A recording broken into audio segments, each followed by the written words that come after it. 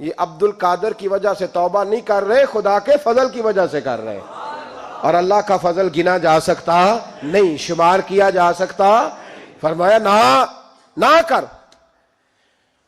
آپ نے 40 سال لوگوں کو تبلیغ فرمائی، ہزاروں یہودیوں نے کلمہ پڑھا، لاکھوں نے۔ عیسائیوں کا بڑا عالم تھا، وہ کہتا ہے میں پوری انجیل پڑھتا تھا، جتنے نسخے تھے سب مجھے یاد تھے، لیکن میں متاثر ہو گیا اسلام سے۔